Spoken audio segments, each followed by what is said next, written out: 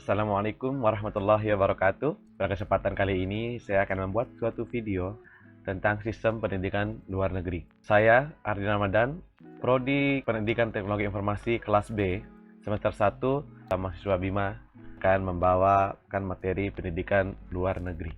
Dalam hal ini adalah pendidikan di Jepang. Ya, seperti kita tahu teman-teman, pendidikan jemaat di Jepang itu sudah tidak perlu ditanyakan lagi. Dengan kehebatan atau kesuksesan Jepang dalam membangunnya negara, itu tidak terlepas dari yang nama juga kemajuan pendidikan. Kualitas pendidikan di Jepang memang tak perlu dipertanyakan lagi.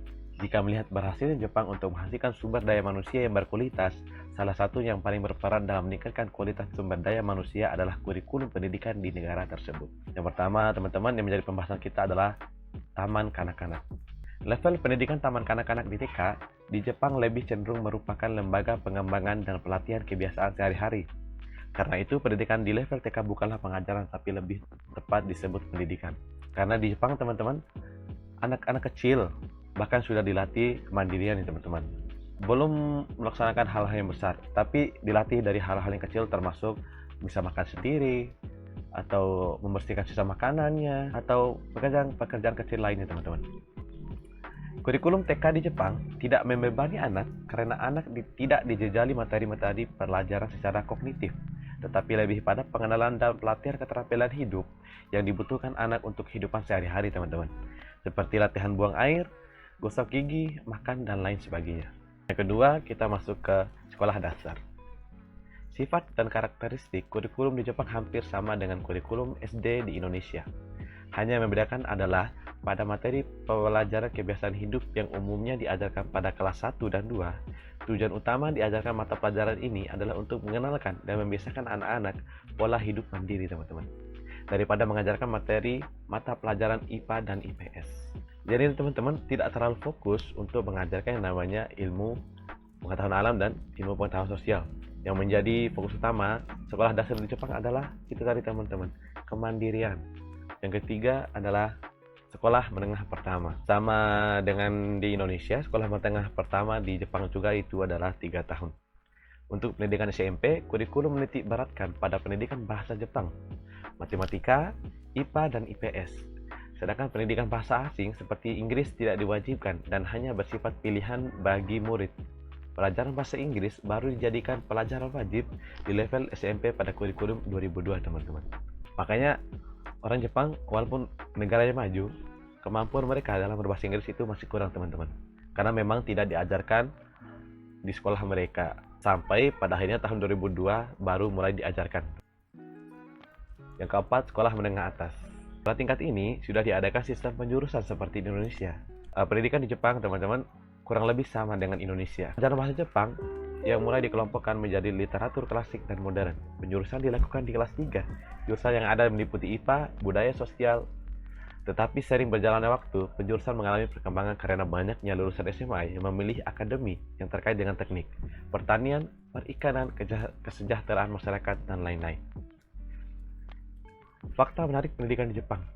Kira-kira apa sih yang beda dengan Indonesia? Kenapa bisa Jepang itu bisa membuat negaranya maju dan sistem pendidikannya maju?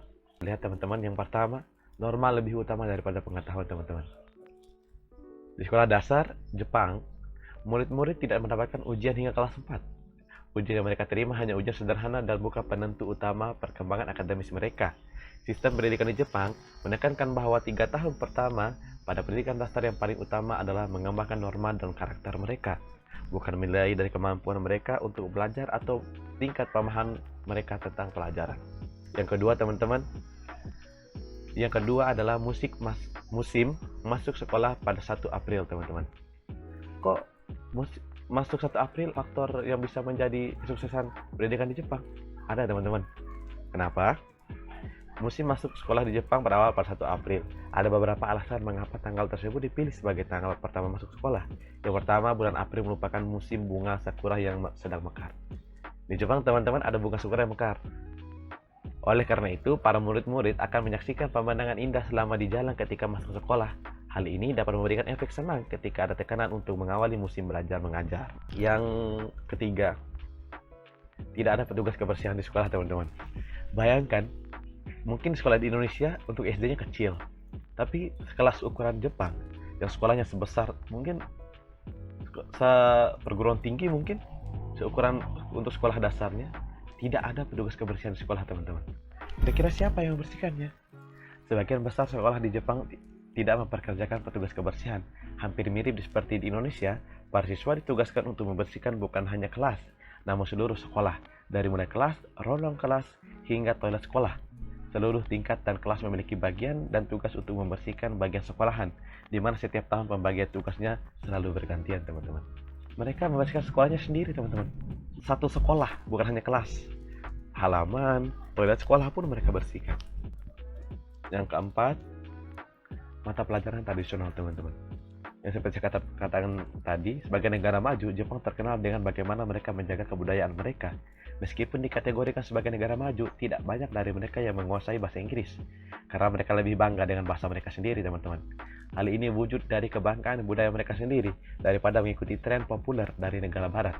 Untuk memperoleh hal tersebut, para siswa mendapatkan pelajaran tradisional Jepang, termasuk kaligrafi dan kesusastraan Jepang.